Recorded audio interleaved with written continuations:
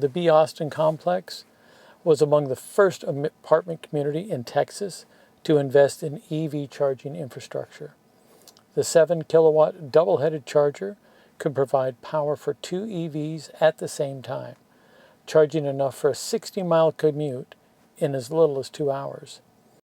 Hi, welcome back. I'm Ray with REV'D Up. We're still here with Gray. We're at the multi-complex over here in Austin, Texas. Tell me a little bit about your charging situation. You were one of the first guys in Austin to do this, or the first multifamily complex? One of the first multifamily complexes. There's a few other in town. Now the way that Austin Energy does its promotion of electric vehicle charging, which now that promotion has led to over 800 chargers that kind of look like mine. Oh my goodness. Within the city limits, is they incentivized people to put them in by giving rebates, and then for multifamily complexes specifically, offering incentives on payback for the electricity that's going through this generator, through this charger here. But I was asking you when this went into place. When 2016. Okay. Technically, on paper, December 31st. Nice. The very last second that we could have gotten that federal tax credit. Excellent. And that worked out for just the installation, right? That was for installation for the unit itself. You know, when you're developing, you have your electrical systems put in first. You know, I mean, not before everything else, but I'm not going to have this thing here and then put the electrical connections to it. I put the electrical connections to this place first and then put the charger up second. The reason why that's important is because you have to factor into your costs how much it costs to run the right type of wire to this charger. So we're talking about the sunsetting of the 30% federal tax credit to the 26%, which I believe, and I'd have to check, is current for 2021. Well, and that's for solar. That's for solar. For the vehicle car chargers themselves, vehicle car charging rebates federally expired in 2016. Are they coming back, do you know? I've heard the new administration is pushing towards that direction. That's the word, is that the new administration is pushing towards that direction. I think, you know, every type of new infrastructure, whether it's roads or gas infrastructure or electric infrastructure, needs some support from the community at large, aka the federal government. Now that was from the federal government. Was there anything from the state to incentivize this as well? From the state, there was not in 2016. From the city of Austin, specifically Austin Electric, which has jurisdiction over all electrical sales within their limits, we'll call it. And we call them a municipality, correct? That's right. Which is different than a co-op. That's right. Which is different than a deregulated area. So we've got a mix of different power sources out here. That's right. So this is a municipal-owned utility. Nice. The City of Austin had a rebate for this charger as well, which meant that out-of-pocket total for the portion of infrastructure that we had to run here versus to the apartment complex behind us, the total cost was about $3,500. Oh, it's almost like they're paying you. Almost. Practically. Yeah. I mean, you're talking about a lifetime, in terms of lifetime of the charger, I have a lifetime of free advertising. So you're getting exposure to someone like me who would not normally be here, like, maybe this is where I would send my son or daughter when they move to the area. Right. Go check out this place, because they're going to be driving electrics. Yep. So, and it's that future growth that... Certainly. And as you have more and more demand for the electric vehicle market. As I understand, you have solar on the facility as well? That's right, yeah. Originally, we actually had 4 different types of renewable energy generation on site here. We had biogas generation, flow, mechanical, and then PV solar. No wind? Well, the flow can act as wind or water. It's a waterproof generator that you can put under downspouts, or we could prop it up on the roof somewhere and probably get some sort of generation out of it. Here. That's nice. Yeah. And that's about a 25 kW system. Nice. Right up there. Excellent. So basically we're taking the system here, transferring it to here. From the charger, it goes into the car, so we're driving on sunshine. Essentially, yes. Yes. Even though these are not solar-powered cars, if we're charging here, there's a good chance we're actually driving on the power of the sun. That's correct. Excellent. Yeah. It's one of my mottos. Yeah. Thrive on the power of the sun, harness the power of the sun. You're going to have more and more demand in multifamily applications for who has the charger, who doesn't. So people are going to, just like you were saying, hey, I'm looking for places to shop. I may shop at Walmart because they've got a fast charger or they've got a vehicle charger, when I would never step foot in a Walmart, but they've got the vehicle charger, so I'm going there. Think about that same concept applied to living, where people are going to be spending, especially during COVID, a majority of their time. Do they have a charger or not? That can be a deal breaker between whether or not that individual signs a lease or doesn't sign a lease. So we've got the gasoline infrastructure. Let's start adding in electric infrastructure, putting it in places that people like to go shop, people like to go do things. Here we've got massage, we've got chiropractic, we've got a gym, we've got Pilates, we've got talk therapy. You know, and if you have an opportunity to come and charge your vehicle here while you're doing one of those services, why not? What was the one political comment that you got from the naysayers once you converted over to electric? There was probably something that would come up over and over again. Oh yeah, I mean, converting from the huge F-150, which I used all the time, into the tiny Mitsubishi Miv, and I've got some photos somewhere, probably on the Facebook page for B. Austin. They're like, how are you going to get done what you need to do? Because I haul dirt all the time, I haul anything you can think of. I carried more dirt in that Mitsubishi Miv than probably most truck owners in Austin carry themselves. My favorite, and I haven't heard it in the past 2 to 3 years, but I heard it quite often when I first started in 2015. Oh, well, you know, your electric car is creating just as much pollution as a gasoline car because you're getting your energy from dirty coal. Right. And I'd like, not so fast. I've got solar on my home. So no, I'm not getting it from, now maybe in the creation of the car, I might have had a little bit bigger footprint than someone else, but now that it's up and running, right, it is zero emission. There is nothing coming out of the tailpipe. That's I right. don't have a tailpipe. And even based on the information that we have, the break even of if we take all of the resource collection of an EV and we look at the lifespan of that vehicle, how we took the lithium from that surface mine, how we took the cobalt from different types of mining, how those things got over here, then plus the electricity. Where's that electricity generated? Is it coming from a coal plant? Is it coming from a gas plant? It still is less based on all of the data that we have. The break-even number right now, there's a cool article in the New York Times the other day, is about 25,000 miles is where the electric vehicle starts to separate in terms of lifetime CO2 emissions from every component from the internal combustion engine. It's cleaner the entire way after that. And it just makes sense. A lot of people don't know, and hopefully maybe this statement will encourage them to look it up. I didn't know. It was actually steam-powered cars, then electric, and then gasoline. Yep. And I think it was 1913 when Henry Ford mass-produced Not the T. the Model T. Yeah. Everybody can afford one. You can Yep. get any color you want as long as it was black. Yeah. And I found out why black was the only color available. Why is that? It was the fastest paint to dry. That makes sense. And it got basically, we can get these cars out a day, 2 days faster than if we have to add a color to it. Right. Black paint dries faster than anything else. Right. Yeah, let's put that into mind. That makes sense. That makes sense.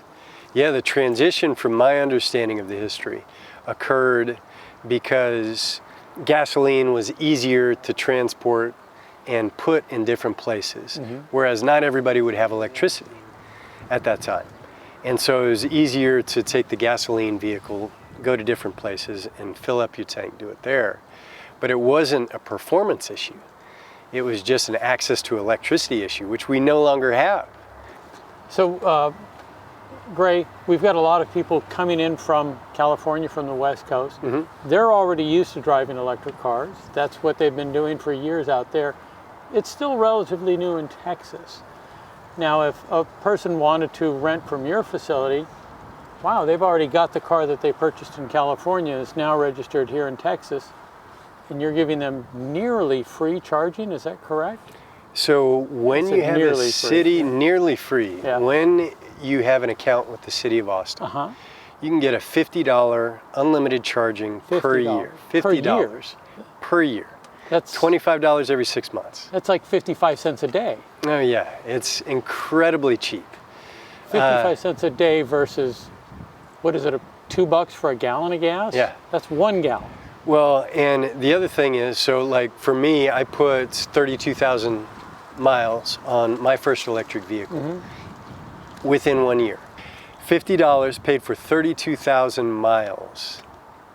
You know, and conceptually that proves the economics of ownership to me Third of the right cost, there. if not even cheaper. Significantly less. The incentive of an apartment complex to put solar on the roof. So one, there's a virtue signal. And virtue signals aren't a negative thing always, you know. Virtue signals that actually do something, like solar panels, can be a tremendous marketing asset. You have a lot of demand right now for people wanting to figure out how to get greener. I saw a new billboard, I think it appeared maybe 2 to 3 months ago. Clean energy is the new filthy rich. Yeah. I love that. Right, there's one right down here. Yeah, that's a really good one. I don't know if I got the wording exact, but yeah. So what we did Clean energy here is the new filthy rich. is we used the solar, one, as an advertisement to say, hey, this is how we begin to integrate modern lifestyle with environmental stewardship. We did this in a couple different ways here.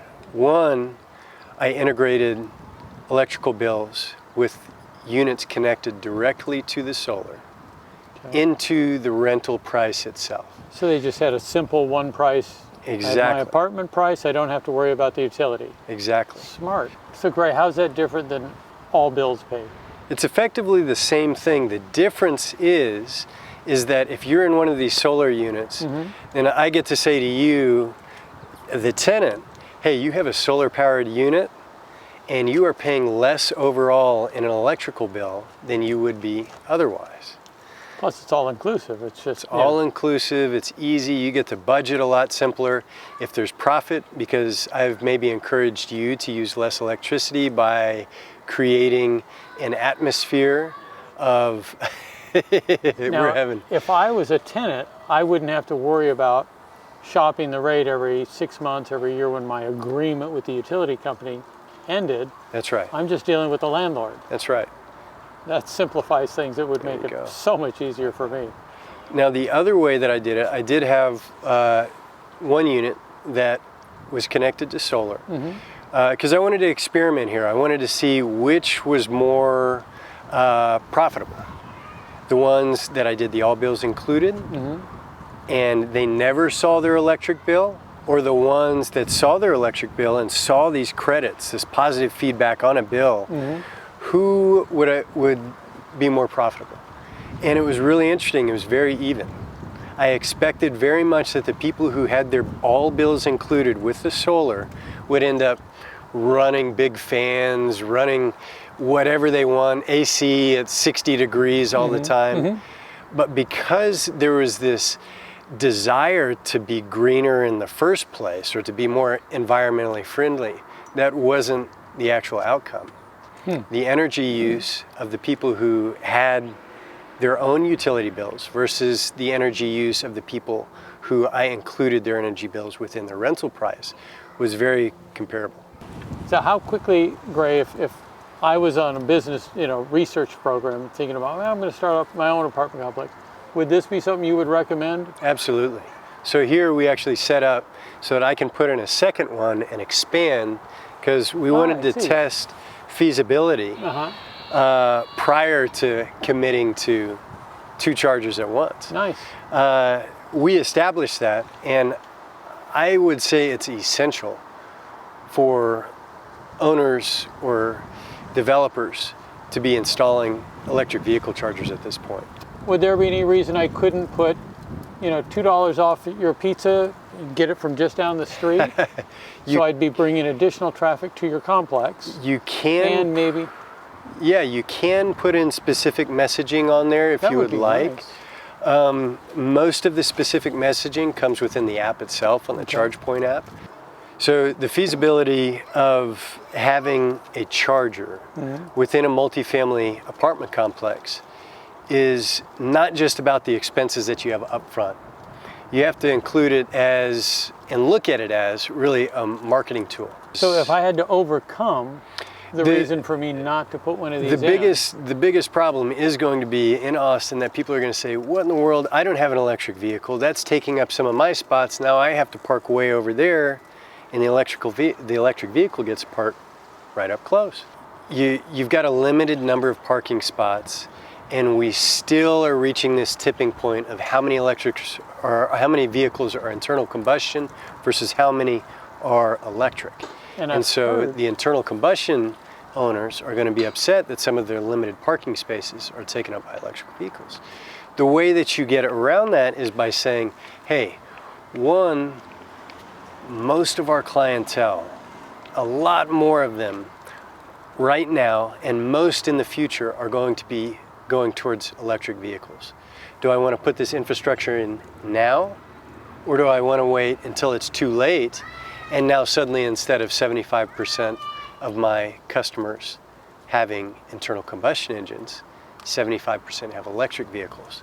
What happens then if I haven't put the infrastructure in? Now it's 10 times more expensive. I've already lost these tenants that would have been attracted to coming to my place because, oh, I get to plug in and charge where I live at an apartment complex. So if this apartment complex is now 30 years old and you're getting ready to sell it to some other corporation, they want to not only purchase this one, but maybe acquire more properties.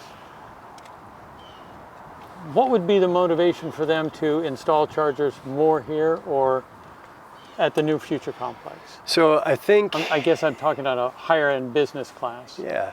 If you're thinking about, if you're a real estate developer, you are part of a capital fund that is purchasing apartment complexes. Okay. The benefit of this is, let's say you are looking at C-class properties. It's older property, it might not have the amenities that would typically attract a certain type of clientele or resident that you were looking for. Mm-hmm. You add in these chargers, you're automatically attracting that type of person that you're looking for. It's like an automatic upgrade. It's an automatic upgrade, and it's an easy one to do. Yeah. When you're talking about putting in some car chargers, which you should already have some infrastructure relatively close by. If you have, say, electric washers or electric dryers, you're already going to have some of your infrastructure in there, right? So you should be able to already put these in with relatively low invasive cost. Versus if you're going to completely redo your whole building, repaint it, do the facade, do the interiors, etc., you're looking at a lot of money. Yeah. Versus you can put in a string of 2 or 3 or 4 or 5 of these chargers, and that's going to cost you. Right? That's just a one-time cost, and you automatically attract a different type of tenant. It makes sense to me why you would put these in. Now, earlier we were talking off camera about maintaining these. I can't imagine that there's much maintenance to do on them, but who takes care of that? Is that the city? Is that you? It depends on where you are. Okay. So in the city of Austin, we have a contract with them where they're supposed to maintain a lot of different things that are going to happen on this charger. Okay. There are certain things, like right now, somebody cut the cord that typically would retract and pull this wire up off the ground. That's something that I've got to do. Okay. But if it's an electrical component, the city will do that. Now, if I'm outside of the city of Austin, maybe I'm living in a place that does not have a municipality that is supporting electric charging infrastructure, then I still have to do that myself as an owner. The price is minimal though. You're looking at software upgrades for the most part. The hard wiring, unless you had a crappy electrician, should be just fine and last a lifetime. Very low maintenance. So I've had this here now going on 5 years. Okay. And the first 2 years that this was here was while this place was under construction. Okay. So we had construction vehicles coming in and out. We had a dirt parking lot. All of that was going on. And this thing held up just fine. So now we're here 5 years later. The only damage that I have to this is probably some kids coming by and cutting the wire. Sure, and that's going to happen no matter what. Kids are kids. And it's going to happen whether it's this or an AC unit. Sure. You know, it could happen to anything. Well, Gray, I did want to thank you for taking the gracious amount of time today. You spoke very, very well. Very impressive. Would hope to talk to you again. Great. I think that you're going to upgrade this soon. I'm crossing please reach fingers. out to us, and we can have a part 2 of the same thing with whatever new car, that Cybertruck. That sounds but great. I did definitely wanted to thank you. And for our viewers out there in cyberspace, I also wanted to ask you, please subscribe, hit the like button. Those are very important things. That's pretty much, we're just a homespun business doing this out of the goodwill, and we'd love your support. Thank you very much.